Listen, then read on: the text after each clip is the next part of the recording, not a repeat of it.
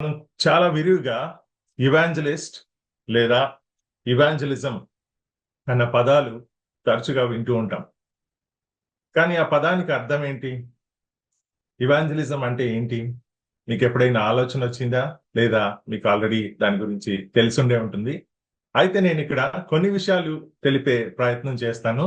అయితే ఇవాంజలిజం అంటే ఏంటి అన్న ప్రశ్న వచ్చినప్పుడు దాని మూలాలు ఏంటి? ఈ పదం ఎక్కడి నుంచి వచ్చింది? ఈ పదం ఎందుకు వాడుతున్నాము? అసలు దీని అర్థం ఏంటి అని తెలుసుకోవడం మనకి ముందుగా చాలా అవసరం. అయితే ఇవాంజలియాన్ అనే గ్రీకు పదము ఇవాంజలిజం కి మూల పదంగా ఉంది. ఇవాంజలియాన్ అనగా మంచి వార్త, శుభవార్త లేదా సువార్త అని అర్థం. అదేవిధంగా ఇవాంజలైజోమాయ్ అనే మాట కూడా మూల పదంగా ఉంది. అంటే ప్రకటించుట లేదా వార్తను, శుభవార్తను ప్రచురించుట అని అర్థం. అయితే మనం మన జీవితాల్లో చూసుకుంటే ఇవాంజలిజం మనము ఇవాంజలిజం గురించి మాట్లాడుకున్నప్పుడు అసలు ఏం జరుగుతుంది? ఇవాంజలిజం చేయడం వల్ల ఏంటి? మన ఉద్దేశం ఏంటి? మన లక్ష్యం ఏంటి అన్నది మనం చూసుకుంటే ఇవాంజలిజం అంటే రక్షింపబడని వారి కోసం రక్షింపబడని వారికి మనం దేవుని గూర్చి చెప్పే విషయం. ఆయన ప్రేమ గూర్చి, రక్షణ గూర్చి, వారి మనసులను మార్చాలి అన్న ఒక ఆశయం, లక్ష్యం కలిగి మనం సువార్తను, శుభవార్తను బోధించడం, ప్రకటించడం, చాటించడం. ఇక్కడ ఒక చిన్న వర్డ్ ఆఫ్ కాషన్ ఏంటి అంటే మనము సువార్తను ప్రకటిస్తున్నాము.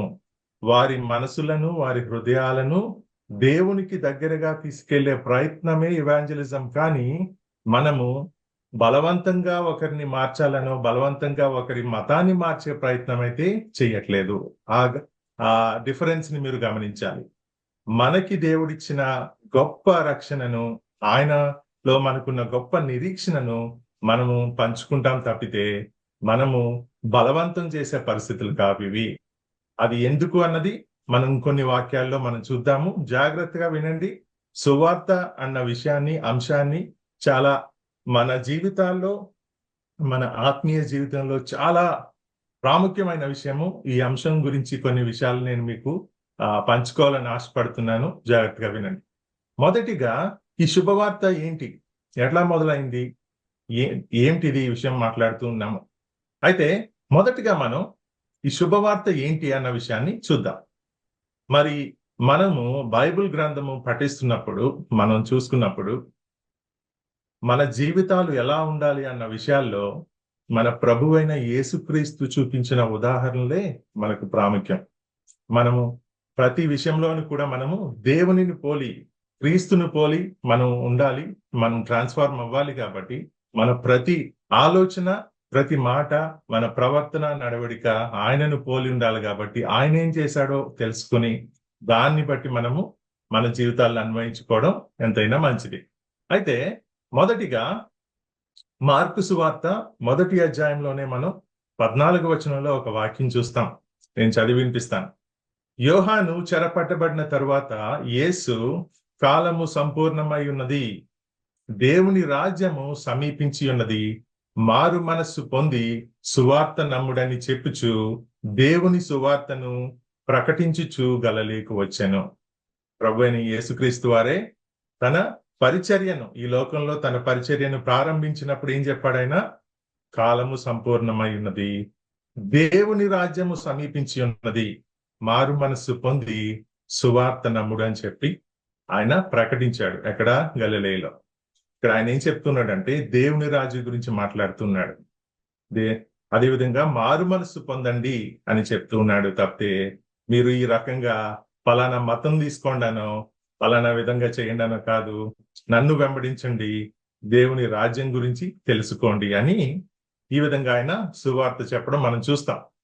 అదే విధంగా మరి మత్తయి సువార్త 10వ అధ్యాయంలో చూస్తే 6-7 వచనాల్లో ఇజ్రాయేలు వంశంలోని నశించిన గొర్రెల యొద్దకే వెళ్ళుచు పరలోక రాజ్యము సమీపించి ఉన్నదని ప్రకటించుడి.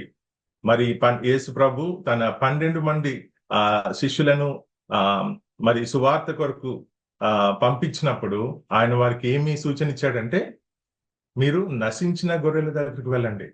వెళ్ళి ఏం చేయాలి? పరలోక రాజ్యము సమీపించి ఉన్నదని ప్రకటించుడి.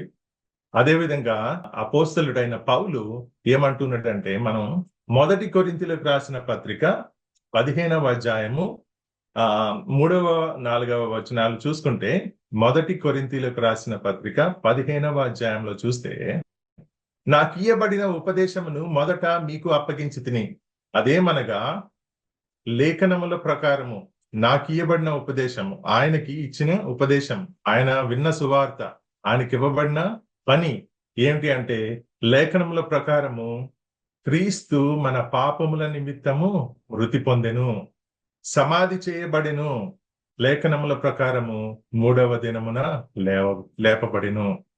మరి అపోస్తలుడైన పౌలు తను ప్రకటించిన సువార్త దేని గురించి అంటే, క్రీస్తు మన కొరకు చేసిన త్యాగాన్ని గురించి ఆయన సువార్త చెప్పున్నాడు. మరి మన ప్రభు అయిన యేసుక్రీస్తు లేఖనముల ద్వారా ఆయన మరి మానవ రూపంలో మన కొరకు ఇక్కడ జన్మించి, ఏ పాపము ఎరగకుండా మన పాపముల నిమిత్తము ఆయన సిలువ వేయబడి, మృతి చెంది, సమాధి చేయబడి, తిరిగి 3వ దినాన పునరుద్ధానుడిగా లేపబడితే మాత్రమే మనకి రక్షణ సుగమం అవుతుంది, మనకి సాధ్యం అవుతుంది రక్షణ.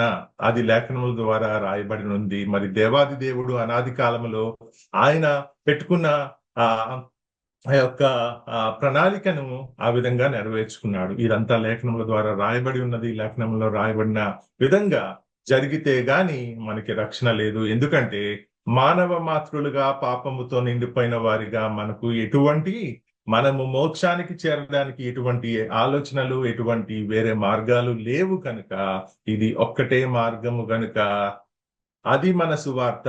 దేవుడు యేసు ప్రభు ద్వారా మనకేం చేస్తున్నాడు? సిలువలో ఆయన త్యాగము, ఆయన మన పాపముల నిమిత్తము ఆయన శిక్షింపబడి, ఆయన సిలువ వేయబడి, మన పాపాలని ఆయన తుడిచివేసి వెలగట్టి మనల్ని కొన్నాడు ఆయన. అది సువార్త అంటే. మరి మనం మన జీవితాల్లో ప్రతిరోజు కాకపోయినా, వారం విడిచి వారమైనా కూడా అనేక సార్లు మనం సాక్ష్యాలు చెప్తూ ఉంటాం. మరి సాక్ష్యాలు ఎట్లా ఉంటాయి? మనం సాధారణంగా ఎవరిని దీంట్లో క్రిటిసైజ్ చేయడానికో ఏమో కాదు, కానీ సాధారణంగా మన జీవితాల్లో జరిగే విషయాన్ని చెప్తా. ఏమిటి అంటే, మరి మనం చాలా సార్లు దేవుడు మన జీవితాల్లో ఏమి మేలు చేశాడు అన్న విషయం మీద ఎక్కువగా దృష్టి పెడుతూ ఉంటాం. సాక్ష్యం చెప్పండి అన్నప్పుడు, దేవుడు మాకు పలానా మేలు చేశాడు, మా జీవితంలో ఇట్లా అయ్యింది, దేవుడు మన పట్ల చేసిన మేళ్లను మనం గుర్తు చేసుకోవడం, ఆయనకి కృతజ్ఞతలు చెల్లించుకోవడము చాలా మంచిది. కానీ అంత మాత్రంలో మనం సువార్త చెప్పిన వారం అవుతామా? దాంట్లో సువార్త ఉంటుందా అంటే సంపూర్ణంగా సువార్త ఉండదు. ఎందుకు అంటే, మనం దేవుని ప్రేమను కొంతవరకు చెప్పగలుగుతాం, మన జీవితంలో దేవుడు చేసింది చెప్పగలుగుతాం. కానీ మన రక్షణ జీవితము, మనం ఏ విధంగా రక్షింపబడ్డాము, ఎందు నిమిత్తం రక్షింపబడ్డాము, దానికి కారణం ఎవరు, ఏం జరిగింది అన్న విషయాన్ని మనం చెప్తే గాని సువార్త సంపూర్ణం అవ్వదు. మరి సువార్త చెప్పాలి అంటే, మరి అపోస్తలుడైన పౌలు చెప్పినట్లుగా, క్రీస్తు మన పాపముల నిమిత్తము మృతి పొందెను, సమాధి చేయబడెను, లేఖనముల ప్రకారము 3వ దినమున తిరిగి లేపబడెను, ఆయన పునరుద్ధానుడు, సజీవుడు, ఈ దినము, నిన్న, నేడు, రేపు, ఎల్లప్పుడు ఒకే విధముగా ఉన్న దేవుడు. ఆయనలో మనకి గొప్ప నిరీక్షణ ఉంది. ఆ నిరీక్షణ నిమిత్తమై ఆయనను తిరిగి కలుసుకునేంత వరకు కూడా మనము ఆయన అడుగుజాడల్లో, ఆయన మాటల్లో, ఆయన ఆజ్ఞల్లో నడుస్తూ కూడా మరి మనము అనుదినము కూడా మనము ఆయన వలె, ఆయన రూపులో ఆయనను మాదిరిగా చేసుకుని, ఆయనను పోలి మనం జీవించేవారుగా ఉండాలి అన్నది మన సువార్త అయి ఉండాలి. ఆ విషయాన్ని మనము సూటిగా, స్పష్టంగా చెప్పగలిగే పరిస్థితి మనకు ఉండాలి. అటువంటి ఆలోచన మనకు ఉండాలి. ఈ సత్యము మనము తెలుసుకొని ఉండాలి. మరి యేసు ప్రభు యొక్క బోధల గురించి గాని, ఆయన సువార్తను గురించి గాని అవగాహన లేని వారికి అనుకుంటున్నట్లుగా, సువార్త ప్రకటించడం అంటే మత మార్పిడి కాదు. మనసును మార్చేది సువార్త. మన ప్రభు అయిన యేసుక్రీస్తుని పరిచయం చేసేది సువార్త. ఆయన సిలువ త్యాగాన్ని తెలియజేసేది సువార్త. ఆయన మత స్థాపనకు రాలేదు, కానీ దేవుని రాజ్య స్థాపనకు వచ్చున్నాడు. మనల్ని పాపముల నుండి విముక్తులను చేయడానికి, దేవుని ఉగ్రత నుండి తప్పించడానికి, దేవునితో మానవునికి తెగిపోయిన సంబంధాన్ని పునరుద్ధరించడానికి అటువంటి మహత్తరమైన శుభవార్తను చాటమని ఆయన అవిశ్వాసులందరినీ కూడా ఆజ్ఞాపించాడు. మరి మొదటగా మనం శిష్యులను ఆజ్ఞాపించడం చూస్తాము. అదేవిధంగా మనం వాక్య భాగంలో చదువుకున్నట్టుగా మనం సర్వలోకానికి వెళ్ళి ఈ సువార్తను చాటించాలి. ఎందుకు? అవతల వాళ్ళతో మనం గొడవలు పెట్టుకోవడానికో, అవతల వాళ్ళని మనం నిందించడానికో, అవతల వాళ్ళని మనం భయపెట్టడానికో కాదు. ఎందుకంటే ఇది మంచిది, ఇది శుభమైన వార్త. This is good news and this needs to go to the entire world, to the ends of the world, that every nation, tribe and tongue will bow down before the Lord. So మనము ఈ సువార్త గూర్చిన ఈ ప్రాముఖ్యమైన అతి important అయిన basic truth ని మనం అందరం కూడా తెలుసుకోవాలి. మరి ఈ సువార్తకు సంబంధించిన సత్యాలు ఏంటి? మనం తెలుసుకోవాల్సినవి చాలా అవసరమైనవి, ప్రాముఖ్యమైనవి కొన్ని విషయాలు మీకు చెప్తాను. అందులో మొదటిగా యేసు యొక్క, మన ప్రభువైన యేసుక్రీస్తు యొక్క పూర్వ ఉనికి, లేక పూర్వమందు మన ప్రభువైన యేసు ఎవరు, ఏమై ఉన్నారు. The pre existence of Jesus. We should understand the pre-existence of Jesus, who he is, who he was. మనము మరి అపోస్తలుడైన యోహాను తన శిష్యుడు, తన ప్రియ శిష్యుడు, మరి చక్కగా తన సువార్తలు మొదటి వచనము, మొదటి మాటల్లోనే ఆయన చక్కగా వివరిస్తున్నాడు. మరి యోహాను సువార్త మొదటి అధ్యాయము మొదటి వచనాలు చదువుకుందాం. ఆది యందు వాక్యం ఉండెను, వాక్యము దేవుని యొద్ద ఉండెను, వాక్యము దేవుడై ఉండెను, ఆయన ఆది యందు దేవుని యొద్ద ఉండెను, సమస్తమును ఆయన మూలముగా కలిగెను, కలిగి ఉన్నదేదియు ఆయన లేకుండా కలగలేదు. మరి మన ప్రభువైన యేసుక్రీస్తు గురించిన గొప్ప సాక్ష్యం మనం అర్థం చేసుకోవాల్సిన విషయము, ఆయన పూర్వ ఉనికి. ఆయన ఆది యందు ఉండెను, ఆది యందు ఆయన వాక్యమై ఉండెను, ఆయనే దేవుని యొద్ద ఉండెను, ఆయన దేవుడై ఉండెను. మరి సమస్తము కూడా ఆయన మూలంగా సృష్టించబడింది, ఆయన వలన కలిగింది, ఆయన ద్వారా కలిగింది. మరి ఈ సత్యాన్ని మనం తెలుసుకుని ఉండాలి. ఎందుకంటే మనం ప్రపంచంలోకి పోయినప్పుడు మీ దేవుణ్ణి మేము ఎందుకు నమ్ముకోవాలి, యేసు ప్రభువుని ఎందుకు నమ్ముకోవాలి, ఇటువంటి ప్రశ్నలు ఇంతవరకు మనం వినకపోయినా ఈ మధ్యన చాలా ఎక్కువగా మనం చూస్తా ఉన్నాం కదా. మరి నిజమే, వారు అడగడంలో తప్పులేదు. కానీ చెప్పే ఆలోచన, అటువంటి జ్ఞానము లేకపోతే మనదే తప్పవుతుంది. ఎందుకంటే మన దేవుడు గొప్ప దేవుడు. మరి ఆయన చేసిన గొప్ప కార్యం మనము చెప్పగలిగే పరిస్థితిలో మనం ఉండాలి. యోహాను సువార్త 14:6 ప్రభువైన యేసుక్రీస్తు తన గురించి తాను ఏం మాట్లాడుతున్నాడంటే, నేనే మార్గమును, సత్యమును, జీవమును, నా ద్వారానే తప్ప ఎవడును తండ్రి వద్దకు రాడు.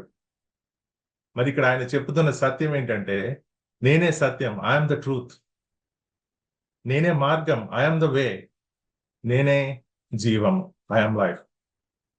నా ద్వారానే తప్ప అంటే ఆయన సిలువ త్యాగము చేస్తే తప్ప, సిలువలో ఆయన బలియాగం అయిపోతే తప్ప, మన పాపాలకు పరిహారం చెల్లిస్తే తప్ప ఎవడనూ రక్షింపబడడు, ఎవడనూ తండ్రి వద్దకు రాలేడు.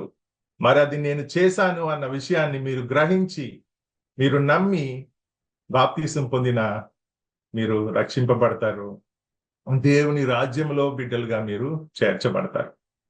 మరి రోమిలికి రాసిన పత్రిక 8లో మనం చక్కగా చూస్తాం, దేవుడు ఏ విధంగా మనల్ని ఆయన ప్రియ బిడ్డలుగా చేసుకొని ఉన్నాడు, వారసులుగా మనల్ని చేసుకొని ఉన్నాడు అన్న వాక్యాన్ని మనం చూస్తాం. అదేవిధంగా అపోస్తలుల కార్యములు 4వ అధ్యాయము 12వ వచనంలో మనం చూసుకున్నట్లయితే, మరి ఎవని వలనను రక్షణ కలుగదు, ఈ నామముననే మనము రక్షణ పొందవలెను గాని ఆకాశము క్రింద మనుషులలో ఇవ్వబడిన మరి ఏ నామమున రక్షణ పొందలేము అనెను. సో ఇక్కడ salvation is only through Jesus Christ. యేసు ప్రభు ద్వారానే మాత్రమే రక్షణ కలుగుతుంది అన్న వాక్యాన్ని, అన్న విషయాన్ని మనం ఇక్కడ చాలా స్పష్టంగా చూస్తున్నాం. మరి ప్రపంచ దేశాల్లో, మరి ప్రపంచ మతాల్లో, ప్రపంచంలో మరి అనేకమైన పద్ధతుల్లో మరి మోక్షాన్ని కలిగిస్తాం, ఈ విధంగా చేస్తే మీకు మోక్షం దొరుకుతుంది, ఈ ఫలానా 10 పనులు మీరు చేస్తే మోక్షం కలుగుతుంది, ఫలానా రోజు ఫలానా ఒక యజ్ఞం చేస్తే మీకు మోక్షం కలుగుతుంది, మీకు శాంతి కలుగుతుంది, మీ ఇంట్లో మీకు మేలు జరుగుతుంది అని అనేకమైన విషయాలు మనం చూస్తాం. కానీ మనము దేవుని తెలుసుకున్న వారిగా, పరిశుద్ధ ప్రభు యేసుక్రీస్తు పరిశుద్ధ రక్తము ద్వారా కొనబడిన వారిగా మనకి తెలిసిన ఏకైకమైన సత్యము ఏంటి అంటే, రక్షణ కేవలము ప్రభు అయిన యేసుక్రీస్తు ద్వారానే. అది ఎందుకు అంటే, ఆయన శిలువపై చేసిన త్యాగం, ఆయన మన కొరకు బలియాగం అయిపోయిన విషయాన్ని మనం తెలుసుకున్నప్పుడు, దాని విలువ తెలుసుకున్నప్పుడు మనకి తెలుస్తుంది. అజ్ఞానంతో చాలా మంది చాలా విషయాలు మాట్లాడతారు, కానీ వాటన్నిటిని మనం పట్టించుకోవాల్సిన అవసరం లేదు. ఎప్పుడు అంటే, మన ప్రభువైన యేసుక్రీస్తు మన కొరకు ఏం చేస్తున్నాడు అన్నది మనకి తెలిసినప్పుడు. లోకంలో అజ్ఞానులు ఏం మాట్లాడుకున్నా కూడా ఆయన ఏం చేశాడు శిలువ మీద? ప్రభువా, వీరేం చేయుచున్నారో వీరికే తెలియదు, క్షమించు అని ఆయనే ప్రార్థించాడు. మరి అలాంటి అజ్ఞానులు ఈ లోకంలో చాలా మంది మన ముందు కనిపిస్తూ ఉంటారు. వాళ్ళకి మనం అజ్ఞానులుగా అనిపించవచ్చు, మనం వెర్రి వాళ్ళుగా అనిపించవచ్చు, కానీ నిజానికి వాళ్ళకి వాళ్ళే వెర్రి వాళ్ళు అయి ఉన్నారు. అలా అని చెప్పి మనం ఒకరిని నిందించడమో, ఒకరితో గొడవ పడ్డమో, ఒకరితో వాదించడమో చేయాల్సిన అవసరం లేదు. కానీ మనము మన ప్రభువైన యేసుపై నమ్మకముతో సువార్తను బలంగా చాటుతూ ఉండాలి. అది ఏ రకంగా అన్నది కూడా మనం కొద్ది నిమిషాల్లో చూద్దాం. ఇంకా కొన్ని ప్రాముఖ్యమైన వచనాలు ఉన్నాయి, మనందరికీ తెలిసినవే. అవి నేను త్వరగా చదివి వినిపిస్తాను. రోమీయులకు రాసిన పత్రికలో కొన్ని వచనాలు ఉన్నాయి. 3వ అధ్యాయము 23, 24 వచనాల్లో, ఏ భేదమును లేదు, అందరును పాపము చేసి, ఏ భేదము లేదు, అందరును పాపము చేసి, మీరు, నేను, మన చుట్టూన్న వాళ్ళు, ఈ జూమ్ కాల్లో ఉన్న వాళ్ళు, దాని బయట ఉన్న వాళ్ళు, ప్రతి ఒక్కరము కూడా ఆదాము అవ్వల దగ్గర నుండి వచ్చిన పాపము, ఆదాము నుండి వచ్చిన పాపంని మనము ఇన్హెరిట్ చేసుకుంటూ కూడా మనలో ఆ పాపంతో నిండిన వారమై ఉన్నాము. అది అర్థం కాక కూడా నానా రకాలుగా మాట్లాడే వాళ్ళు చాలా మంది ఉంటారు. కానీ మనము దేవుని వాక్యాన్నే మనము మూలముగా చేసుకొని మనము మాట్లాడాలి, మనం ఆలోచన చేసుకుని ఉండాలి. మొదటిగా మనం తెలుసుకోవాల్సింది, ఒప్పుకోవాల్సిన విషయము, ఈ లోకానికి నచ్చని పదం పాపం. కరెక్టే, ఎవరు పాపం చేయడానికి ఇష్టపడరు, పాపి అని అనిపించుకోవడానికి ఇష్టపడరు. కానీ అది మనలో నిండి ఉన్న ప్రవర్తన, మనలో నిండి ఉన్న ఒక nature. By nature we are born sinners. అందరూ పాపము చేసి దేవుడు అనుగ్రహించు మహిమను పొందలేకపోతున్నారు. మన పాపమే మనము దేవుని మహిమకు దూరం చేసింది. ఆదామును అవ్వను ఏమి దూరం చేసింది? వారు చేసిన పాపము, వారి అవిధేయతే వారిని దేవుని యొద్ద నుండి దూరం చేసింది. ఆయన వారిని ఏదైనా తోటలో నుండి వెళ్ళగొట్టాల్సి వచ్చింది. ఎందుకంటే దేవునిలో పాపము లేదు, ఆయన పాపము సహించలేడు కనుక. మరి దానికి కాన్సిక్వెన్సెస్ ఉంటాయి కదా. అందుకని చెప్పి మనం అందరము దేవునికి దూరం అయిపోయి ఉన్నాము. ఆయనకి దగ్గర అవ్వాలి అంటే కేవలం యేసు ప్రభు మాత్రమే మార్గము, ఆయనే సత్యము, ఆయనే జీవము. కాబట్టి నమ్మువారు ఆయన కృపచేతనే క్రీస్తు యేసు నందలి విమోచనము ద్వారా ఉచితముగా నీతిమంతులని తీర్చబడుచున్నారు. ఎంతటి గొప్ప ధన్యత! ఒక పక్కనేమో అందరూ పాపం చేస్తున్నారు, మరి మనందరినీ కూడా ఉచితంగా నీతిమంతులుగా ప్రభు యేసు క్రీస్తు పరిశుద్ధ నామములో ఆయన రక్తము ద్వారా కడగబడి నీతిమంతులుగా మనము చేయబడుతున్నాం. మరి ఇంతటి గొప్పటి సువార్తను, ఇంతటి గొప్పటి ధన్యతను, మంచి వార్తను, శుభవార్తను, గుడ్ న్యూస్ ని మనమే దాచిపెట్టుకుంటామా? మన పక్కన పాపంతో కృంగిపోతూ ఉంటే ఎవరో, పాపంలో కొట్టుకొని పోతూ ఉంటే ఎవరో, ఒక నదీ ప్రవాహంలో మన పక్కనే నుంచిన వాళ్ళు జారి పడి వెళ్ళిపోతా ఉంటే మనం న్యాచురల్ గా ఏం చేస్తాము? మనం కూడా వాళ్ళని పట్టుకొని రక్షించడానికి ప్రయత్నిస్తాం. అట్లాంటిది మరి మనకి కనిపించని ప్రవాహములో, పాపపు ప్రవాహంలో కొట్టుకుపోతున్న అనేక మందిని, అజ్ఞానులను, అంధకారంలో ఉన్న వారిని మనము రక్షించాలి అంటే మన మనసుల్లో, మన జీవితాల్లో వారి గురించి ప్రేమ ఉండాలి. మనం వారి గురించి ప్రార్థన చేస్తూ ఉండాలి.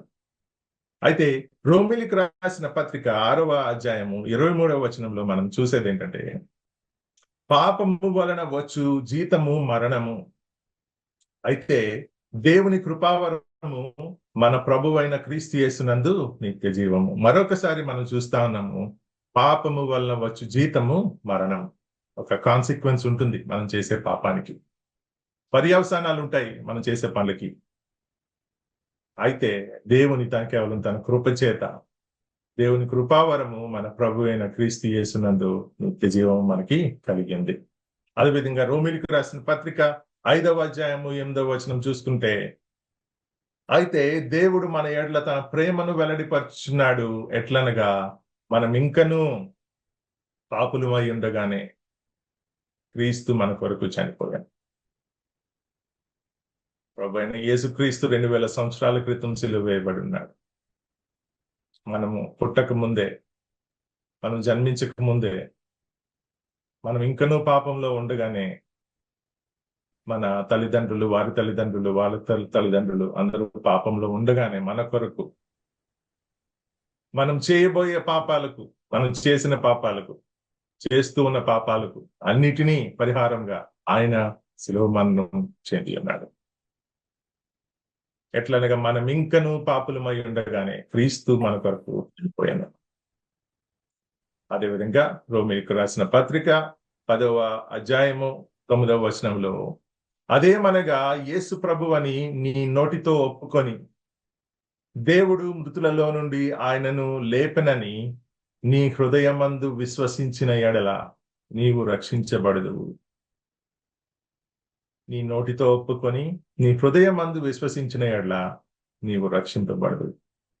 నోటితో నోటికొచ్చినట్టు మాట్లాడుతూ దేవుని వాక్యం ఏం చెప్తుందో తెలుసుకోకుండా, హృదయంలో విశ్వసించకుండా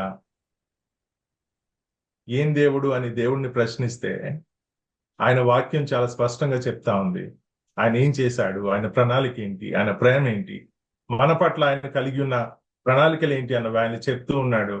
వాటిని మనం అర్థం చేసుకోలేని అజ్ఞానంలోను, అంధకారంలో మనం ఉంటే ఎట్లా రక్షింపబడతాం? ప్రపంచంలో ఉన్న వారి గురించి మాట్లాడుతున్నాము. ఇక్కడున్న వారందరూ కూడా దేవుణ్ణి తెలుసుకొని ఆయనతో లోతుగా మరి దగ్గరగా రిలేషన్షిప్ కలిగి ప్రతిరోజు ఆయనతో, ఆయన వాక్యం ద్వారా నడిపింపబడుతున్నారని నేను నమ్ముతున్నాను. లేనిచో మీలో ఎవరైనా కూడా, ఈ గుంపులో కూడా, ఈ చిన్న మందలో కూడా నశించిపోయిన వారు ఎవరైనా ఉంటే, దేవుని సువార్తను అర్థం చేసుకోలేని వారు ఎవరైనా ఉంటే, ఇదే సమయం, ఇదే తరుణం, నేడే మీకు రక్షణ దినం. దేవుని వార్తను, సువార్తను, ఆయన ప్రేమను, ఆయన రక్షణను, ఆయన కలిగించే విమోచనను మీరు తెలుసుకోండి. మీ నోటితో ఒప్పుకొనండి, మీ పాపాలను ఒప్పుకొనండి. మీరు మీ హృదయాల్లో ఆయన్ని విశ్వసించి ఆయనే మార్గము, ఆయనే సత్యము, ఆయన జీవము అని చెప్పి నిత్య జీవాన్ని ప్రభు అయిన యేసుక్రీస్తు ప్రభు ద్వారా మాత్రమే మనం పొందుకోగలము అన్న ఆశతోనూ ఆసక్తితోనూ ఒక క్లారిటీతో మీరు ఈరోజే రక్షింపబడండి.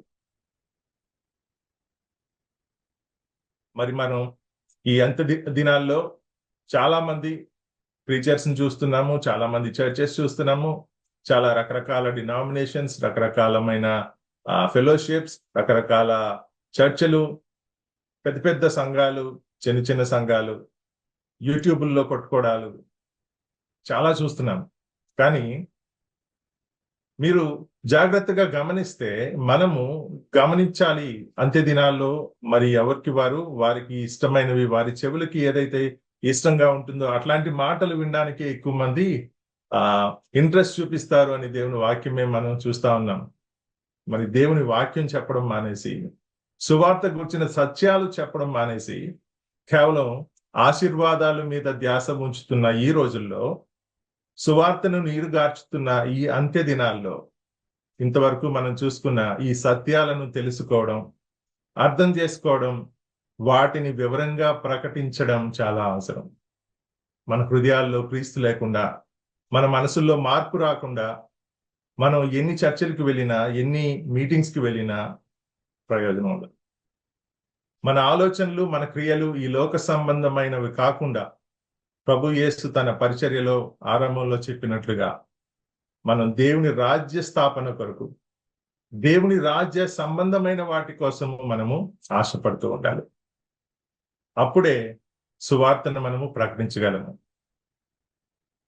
మరి మీకు ఆలోచన రావచ్చు, సువార్త మనం ఎందుకు ప్రకటించాలి కదా? చాలా వరకు మనకి ఎట్లా అలవాటు అంటే, మనం చర్చికి వెళ్తాం, చర్చిలో పాస్టర్లు ఉంటారు, సంఘ పెద్దలు ఉంటారు, పాటలు పాడే వాళ్ళు ఉంటారు. మిగతా వందల కొద్దీ మనం వెళ్ళి వాళ్ళు చెప్పేది విని, వాళ్ళు పాడేది విని, వాళ్ళు చేసేది చూసి మనం వచ్చేసి మన పని మనం చేసుకోవచ్చు అనే ఆలోచనతో ఉండొచ్చు. కానీ సువార్త ప్రకటించడం అంటే కేవలం పాస్టర్లు, సంఘ నాయకులకే కాదు, రక్షింపబడిన ప్రతి ఒక్కరూ కూడా, యేసును వెంబడించే ప్రతి ఒక్కరూ కూడా సువార్తను ప్రకటించాలి. ఆయన తన శిష్యులను పంపించున్నాడు. అలాగే మనందరినీ కూడా he asked his disciples to go into the entire world, to the ends of the world, to share the gospel. We are his disciples. ఆయనను వెంబడించే వారుగా మనం కూడా ఆయన యొక్క సువార్తను మనం చాటించాలి. మన రక్షకుడైన యేసు ప్రభు మనల్ని ఆజ్ఞాపించి ఉన్నాడు. ఎట్లాగా? మనం మార్కు సువార్త 16-15 వచనంలో చూస్తున్నాం. ఏమని? మరియు మీరు సర్వలోకమునకు వెళ్ళి సర్వ సృష్టికి సువార్తను ప్రకటించుడి. సర్వలోకానికి మనం వెళ్ళాలి, సర్వ సృష్టిని సువార్తను ప్రకటించాలి. మన ఒక్కల వల్ల సర్వలోకానికి వెళ్ళే అవకాశం మనకు రాకపోవచ్చు, కానీ మనం ఎక్కడైతే ఉన్నామో అక్కడే మనం సువార్తను ప్రకటించాలి. ఏ విధంగా ప్రకటించవచ్చు అన్నది కొద్ది నిమిషాల్లో మనం చూద్దాము. మొదటిగా ఈ సత్యాలను చూసుకుందాం. ఎందుకు ప్రకటించాలి అన్న విషయంలో మీకు ఒక క్లారిటీ వచ్చిందని నేను అనుకుంటున్నాను. అదేవిధంగా మనం మత్తయి సువార్త 28:19 కూడా చూస్తాము. అపోస్తలుల కార్యములు 1:8 కూడా ఇటువంటి ఆజ్ఞాపన మనము చూస్తాము. Jesus commanded us to go out into the whole world to share the good news. మరి ఇంకా ఆయన ప్రేమను, ఆయన రక్షణను, సంతోషాన్ని పొందుకున్న వారిగా మనం ఆయన సాక్షులుగా జీవించాలి. మనకి ఇంత మంచి జరిగితే, లేదా మనం ఏదైనా చిన్నది సాధిస్తే మన ఊరందరికీ చెప్పుకుంటే గాని మనకి నిద్ర పట్టదు. అలాంటిది ఇంతటి గొప్ప మహా కృపను ఆయన మనకిచ్చి, ఇంత గొప్ప రక్షణ మనకి ఇచ్చిన దేవుడు ఈ గొప్ప వార్తను, శుభవార్తను మనము దాచిపెట్టుకునే వార్త ఇది. ప్రపంచానికి తెలియచెప్పాలి. అది చెప్పాలి అంటే మనకు తెలియాలి మనకి ఏం జరిగింది, రక్షణ అంటే ఏంటి అన్న విషయం మనకు తెలియాలి. మనము ఒక చర్చికి అటెండ్ అవుతూ బాప్తిసం పొందడం ద్వారా మాత్రం రక్షణ పొందుకున్నామని అనుకుంటే అది తప్పు.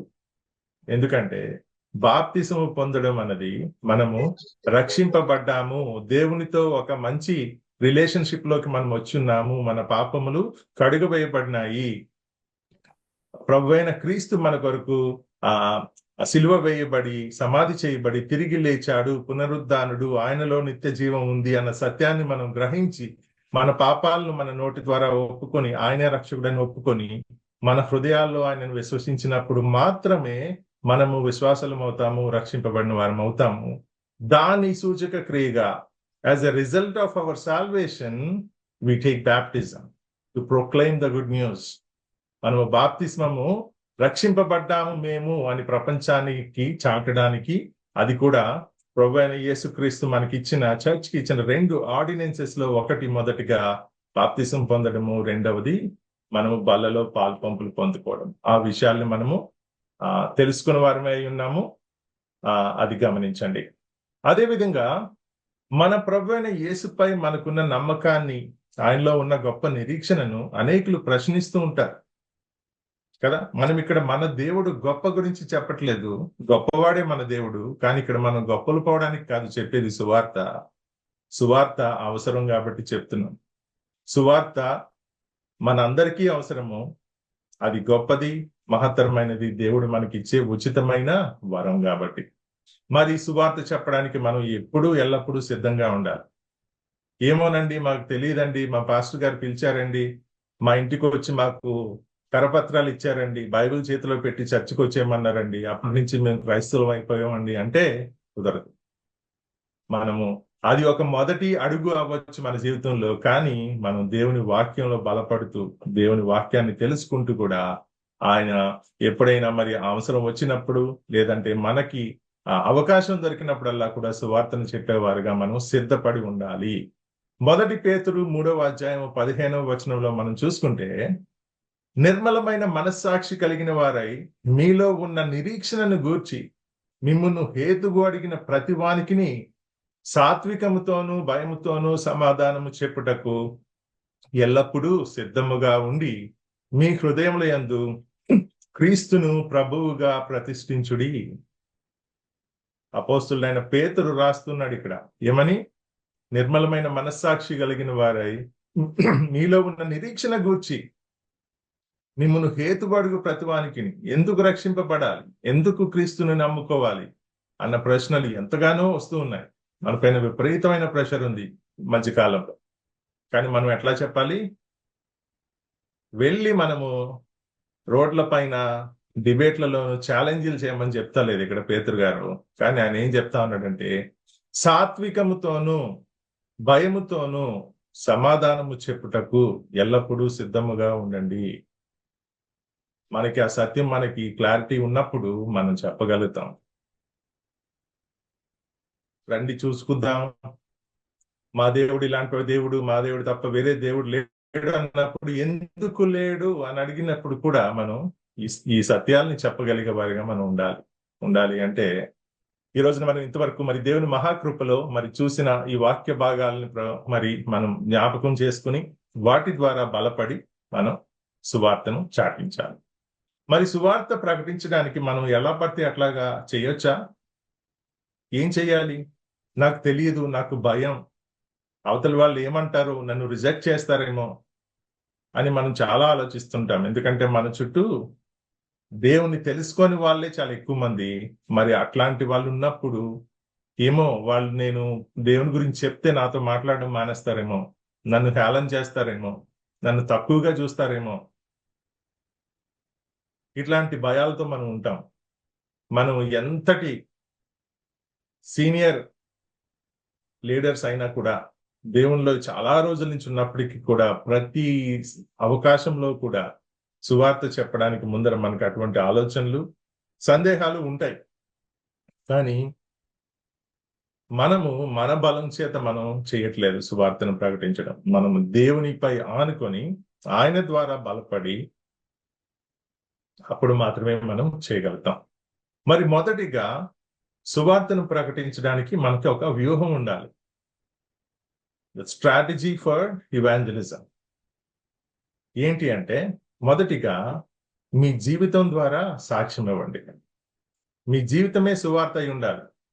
మీరు ప్రభువును నమ్ముకున్న వారైతే, దేవుడు చేసిన మహా కృపను చూపించిన కృపను బట్టి ఆయన చేసిన మహా రక్షణ కార్యము మీ జీవితంలో ఉన్నప్పుడు, దాని ద్వారా మీలో వచ్చిన మార్పు ద్వారా అనేకులకు మీరు సువార్తను సాక్ష్యం ఇవ్వగలుగుతారు. దేవుని యొక్క సాక్షిగా మీరు నిలబడగలుగుతారు. మనము కొన్ని వచనాలు ఇక్కడ చూద్దాము.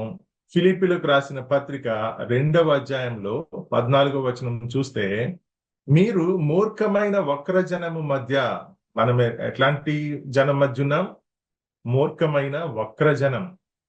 ఈ మధ్య మరీ ఈ పోకడలు ఎక్కువైపోయాయి కదా, అన్ని వక్రీకరించడమే కదా. ఏదో ఒక మాట తీసుకునో, ఒక వచనం తీసుకునో వక్రీకరించడమే. అసలు సత్యాన్ని పక్కన పెట్టేసి అనవసరమైన విషయాలన్నిటినీ తీసి మహాజ్ఞానులు అయిపోయారు కదా అందరూ ఈ మధ్య. ఎందుకంటే పబ్లిక్ గా సోషల్ ఫోరమ్స్ లోకి రావడానికి, సోషల్ మీడియాలోకి వచ్చి ఎవరైనా ఏమన్నా మాట్లాడి ఏమన్నా చేయొచ్చు. సో ఎవరికి తోచింది వాళ్ళు చేసుకుంటూ పోతా ఉన్నారు. మూర్ఖమైన వక్రజనము మధ్య నిరపరాధులను, నిష్కలంకులను, అనిందులునైన దేవుని కుమారులగునట్లు, మనం ఎటువంటి మన అపరాధము లేని వారిగా, ఎటువంటి కలంకము లేని వారిగా మనము without any blemish we should be presented. దేవుని కుమారులుగా మనము ఏం చేయాలి? 15వ వచనం, సనుగులను సంశయములను మాని సమస్త కార్యములను చేయుడి. మనకి సనిగే గుణం ఉంటది. ఇజ్రాయేలు జనాంగము ఐగుప్తు నుండి వారిని విడిపించినప్పుడు వారంతా ఏం చేశారు? సనుగుతా ఉన్నారు మోషేతో. అక్కడే బాగుండింది, వారు చిన్న పెద్ద పడేసే ఆహారంతోనే మేము చక్కగా ఉన్నాము, నువ్వు మాకు తిండి తిప్పలు లేకుండా తిప్పుతా ఉన్నావు అడవుల్లో పడేసి అని చెప్పి సనుగుతా ఉన్నారు. అటువంటి సనిగే గుణం మనకు కూడా ఉంటుందా? సంశయాలను మాని సమస్త కార్యములను చేయడు. మనం సంతోషంగా ఉండాలి, దేవునిలో సంతోషంగా. Even even through suffering we should rejoice. యాకోబు పత్రికలో మనం చూస్తాం. అట్టి జనము మధ్యను మీరు జీవవాక్యమును చేత పట్టుకొని లోకమందు జ్యోతుల వలె కనబడుచున్నారు. ఏ విధంగా కనిపించాలి? మనం జీవవాక్యాన్ని చేత పట్టుకొని. దేవుని వాక్యం లేనిదే, దేవుని మాట లేనిదే, ఆయన సత్యం మన హృదయాల్లో లేనిదే మనం ఎటువంటి సువార్త చెప్పగలుగుతాం? ఆ విధంగా మనం చేసినప్పుడు మనము ఈ లోకంలో జ్యోతుల వరే ఉంటాం. జ్యోతులు అంటే అంధకారంలో ఉన్నప్పుడు మనకి ఏం కావాలి? వెలుగు కావాలి. ఆ వెలుగు నేనై ఉన్నాను అని ప్రభువైన యేసుక్రీస్తు చెప్తున్నాడు. మరి అటువంటి వెలుగు మన జీవితాల్లో ఉన్నప్పుడు మనం కూడా జ్యోతుల వలె కనబడతాం. We have to do all things without grumbling or disputing. మరి మనం చాలాసార్లు చూస్తుంటాం కదా, నేను ఎంత సేవ చేస్తున్నాను బ్రదర్, నేను ఎంత కష్టపడతా ఉన్నాను సంఘం గురించి, అయినా గుర్తింపు రావట్లే. ఎవరి కోసం ఈ కష్టం అంతా? ఎంత కష్టపడుతున్నాను ప్రభు గురించి, ఎందుకు చెయ్యాలి? ఇట్లాంటి ఆలోచనలు చాలాసార్లు కలుగుతూ ఉంటాయి, అంటా ఉంటాం కూడా. ఇట్లాంటి సనుగులన్నీ మానేసి మనం ఈ అంధకారమైన లోకంలో జ్యోతుల వలె మనం వెలగాలి. మరి కొద్ది నిమిషాల్లో నేను ముగిస్తాను. మత్తయి సువార్త 5:16 కూడా మనం చూస్తుంటాం. మనుష్యులు మీ సత్క్రియలను చూచి పరలోకమందున మీ తండ్రిని మహిమపరచునట్లు వారి ఎదుట మీ వెలుగు ప్రకాశింపనీయుడి. Let your light shine before others. మనం దేవుని యొక్క ప్రకాశవంతమైన జ్యోతులుగా మనము లోకంలో కనిపించాలి. అంటే మన జీవితంలో ఆ మార్పు కనిపించాలి. అరే, ఈయన నిన్నటి వరకు ఈ విధంగా ఉన్నాడు, ఎంత మార్పు వచ్చింది, ఎంత మూర్ఖంగా ఉండేవాడు, ఎంత అజ్ఞానంతో ఉండేవాడు, ఎటువంటి కడుగట్టిన పనులు చేస్తా ఉండేవాడు, దేవుని తెలుసుకొని ఆయన ప్రేమను పొందుకొని అదే ప్రేమను ఇప్పుడు చూపిస్తా ఉన్నాడు. అప్పటికి కూడా మన సాక్ష్యాలను కూడా వక్రీకరించి వాటిని మనకి ఎగనెస్ట్ గా వాడుకునే లోకంలో, కాలంలో వక్ర జనముల మధ్య మనం ఉన్నాము. కానీ కేవలము దేవుడే మనకు రక్ష, ఆయనే మనకి ప్రొటెక్షన్. మనంతటిగా మనం పనులు చేయడానికి పోతే మనం ఇబ్బందుల్లో పడతాం. కానీ మనం దేవుని యొక్క జీవ వాక్యాన్ని చేత పట్టుకొని ఈ లోకంలో జ్యోతులుగా మనం ప్రకాశించాలి. సో మొదటిగా మనం మన జీవితాన్ని సాక్ష్యంగా మనం చూపించగలిగే వారిగా మనం ఉండాలి. మన జీవితాన్ని దేవుని యొక్క సాక్షులుగా మనం చూపించుకునే వారిగా మనం ఉండాలి. రెండవదిగా, దేవుని వాక్యం ద్వారానే సువార్త చెప్పండి. మనము కొత్త క్రియేటివ్ గా ఏవో మెథడ్స్ మనం చేయక్కర్లేదు. కానీ మనం we don't have to invent new methods and theories and different aspects to share the gospel. కానీ దేన్ని నమ్ముకుని ఉండాలి? జీవవాక్యాన్ని. హెబ్రీయులకు రాసిన పత్రిక 4వ అధ్యాయము 12వ వచనం చూస్తే, ఎందుకనగా దేవుని వాక్యము సజీవమై బలము గలదై రెండంచులు గల ఇటువంటి ఖడ్గము కంటేను వాడిగా ఉండి ప్రాణాత్మలను కీళ్లను మూలుగను విభజించినంత మటుకు దూర్చు హృదయం యొక్క తలంపులలోను ఆలోచనలను శోధించుచున్నది. దేవుని వాక్యం ఎంత బలమైనది! రెండంచులు గల ఖడ్గం వంటిది. అది హృదయం యొక్క తలంపులను ఆలోచనలను శోధించగలదు. మన హృదయాలను ఛేదించి మన హృదయ రహస్యాలను బట్టబయలు చేయగలదు. అంతటి బలమైనది. God's word is so powerful, only it can reach your heart, reach others' hearts. మనం మనుషులుగా మనం చేయగలిగిన చాలా తక్కువ. దేవుని వాక్యాన్ని నమ్ముకుని దేవుని వాక్యం ద్వారా మాత్రమే సువార్తను చాటాలి. మరి అపోస్తల కార్యములు 17వ అధ్యాయంలో 2-3 వచనాలు చూస్తే, గనుక పౌలు తన వాడుక చొప్పున సమాజపు వారి యొద్దకు వెళ్లి క్రీస్తు శ్రమపడి మృతులలో నుండి లేచుట ఆవశ్యకమనియు, నేను మీకు ప్రచురము చేయు యేసే క్రీస్తు అయ్యున్నాడనియు లేఖనములలో నుండి దృష్టాంతములు నెత్తి విప్పి చెప్పుచు వారితో 3 విశ్రాంతి దినములు తర్కించుచుండెను. సో ఇక్కడ అపోస్తులుడైన పౌలు దేవుని వాక్యం ద్వారా ప్రభు అయిన క్రీస్తు యొక్క మృతిని గూర్చి, సమాధిని గూర్చి, ఆయన పునరుద్ధానం గూర్చి కూడా ఆయన ఇక్కడ వారికి విప్పి చెప్తూ ఉన్నాడు. He was clarifying the truth to the people. 3 దినాలు వారితో ఆయన తర్కిస్తూ ఉన్నాడు. He was explaining and he is proving who is Jesus and what he has done. So అటువంటి ఆలోచన, అటువంటి సత్యము మనం తెలుసుకున్నప్పుడు అటువంటి కాన్ఫిడెన్స్ మనకి ఎక్కడి నుంచి వస్తుంది? మనుషుల ద్వారానో వేరొకరిని చూసి, ఓ ఈయన ఇట్లా అటు ఇటు తిరుగుతా మంచిగా మాట్లాడుతున్నాడు, మంచి సూటు బూట్ వేసుకుని మాట్లాడుతా ఉన్నాడు, ఈయన చాలా అట్రాక్టివ్ గా ఉన్నాడు. ఇవి కాదు మనకు కావాల్సినవి. కానీ మనకు కావాల్సింది మన హృదయ లోతుల్లో దేవుని వాక్యంతో నాటపడి ఆ వాక్యాన్నే మన సువార్తకి సాధనంగా మనం వాడుకోవాలి. మరి చివరిగా ప్రార్థన చేయాలి. మనం ప్రార్థన చేసేవారిగా ఉండాలి. సువార్త చెప్పడం అంటే మనం ప్రార్థన చేయాలి.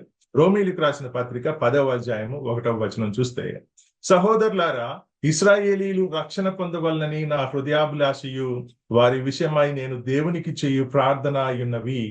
My heart's desire and prayer is that they may be save. So ఇక్కడ మనం ఇశ్రాయేలీయుల్లో రక్షణ పొందని వారి గురించి, నశించిపోయిన వారి గురించి ఇక్కడ రాసి ఉంది. కానీ మనము మన చుట్టుపక్కల ఉన్న వారి గురించి, మన కుటుంబంలోని వారి గురించి, మన స్నేహితుల గురించి, మన కొలీగ్స్ గురించి, బయట ఉన్న వారందరి గురించి కూడా, ఇరుగు పొరుగు వారి గురించి కూడా మనము ప్రార్థన చేయాలి. మొదటగా వారందరూ రక్షింపబడాలి అన్న ఆశ మనకి ఉండాలి. అటువంటి ఆశయంతో మనం సువార్తను చాటాలి. మొదటిగా వారి గురించి మనం రోజు ప్రార్థన చేస్తూ ఉండాలి. అలాగే కొలస్సీయులకు రాసిన పత్రిక 4వ అధ్యాయంలో చూస్తే 3-4 వచనాల్లో, మరియు నేను బంధకములలో ఉంచబడుటకు కారణమైన క్రీస్తు మర్మమును గూర్చి నేను బోధింపవలసిన విధముగానే ఆ మర్మమును వెల్లడిపరచున్నట్లు వాక్యము చెప్పుటకు అనుకూలమైన సమయము దేవుడు దయచేయవలనని మా కొరకు ప్రార్థించుడి. అపోస్తలుడైన పౌలు ఇక్కడ రాస్తూ ఉన్నాడు, దేవుడు సువార్తను చెప్పడానికి అనుకూలమైన సమయాన్ని దయచేసేలాగా మా కొరకు ప్రార్థన చేయండి అని అపోస్తలుడైన పౌలే అడుగుతూ ఉన్నాడు సంఘాన్ని. సో మనం ఏం చేయాలి? మొదటిగా మన జీవితము ఆయనని అనుసరించేదిగా ఉండాలి. రెండవది ఆయన వాక్యం ద్వారా మనం బలపడాలి, ఆయన వాక్యాన్ని తెలుసుకోవాలి, సువార్త సత్యాలను తెలుసుకోవాలి. మూడవదిగా ప్రార్థన చేస్తూ ఉండాలి. మన కొరకే కాదు, మన సంఘ కాపర్ల గురించి, నాయకుల గురించి చెయ్యాలి. ప్రతి ఒక్కరు కూడా ఏమని చేయాలి? మనకి దేవుడు అనుకూలమైన సమయాన్ని అనుగ్రహించాలి. ఒకరితో మాట్లాడడానికి కూడా ఒక అనుకూలమైన సమయం ఉండాలి. ఆ సమయంలో మాట్లాడితే వారు వినేటట్టుగా దేవుడు చేస్తాడు. మనము అమ్మో ఇప్పుడు ఈయనతో మాట్లాడితే కొడతాడేమో, ఈయన చేస్తాడేమో అన్నటువంటి భయాలు కూడా మనకు పోతాయి. ఎప్పుడు అంటే దేవుడు అనుకూలమైన సమయాన్ని అనుగ్రహించినప్పుడు. ఆ విధంగా ప్రార్థన చేస్తూ ఉండాలి. మరి ఇవన్నీ కూడా మన వల్లనే సాధ్యమవుతున్నాయా అంటే కేవలం మన వల్లనే కాదు, కానీ దేవుని వల్లనే సాధ్యము అని గ్రహించండి. సువార్త మనకి ఇచ్చిన ఆజ్ఞ, మనమైతే సువార్తను చాటించాలి. కానీ అది ఎట్లా సాధ్యము అంటే దేవుని వల్లనే సాధ్యం. లూకా సువార్త 18వ అధ్యాయంలో చూస్తే 25వ వచనంలో, ధనవంతుడు దేవుని రాజ్యంలో ప్రవేశించుట కంటే సూది బెజ్జములో ఒంటె దూరుట సులభమని చెప్పాను. ఇది వినిన వారు, అలాగైతే ఎవడు రక్షణ పొందగలడని అడుగగా, ఆయన మనుషులకు అసాధ్యములైనవి దేవునికి సాధ్యములని చెప్పాను. ఎంతటి కష్టంగా మనకు అనిపిస్తుందంటే, ఒక ఒంటె ఒక సూది బీజం అంటే సన్నటి ఒక దారం పెట్టడానికే మనం ఒక వయసు వచ్చిన తర్వాత కొంచెం చూపు మందగించి పెట్టడమే కష్టం అయిపోతా ఉంటుంది.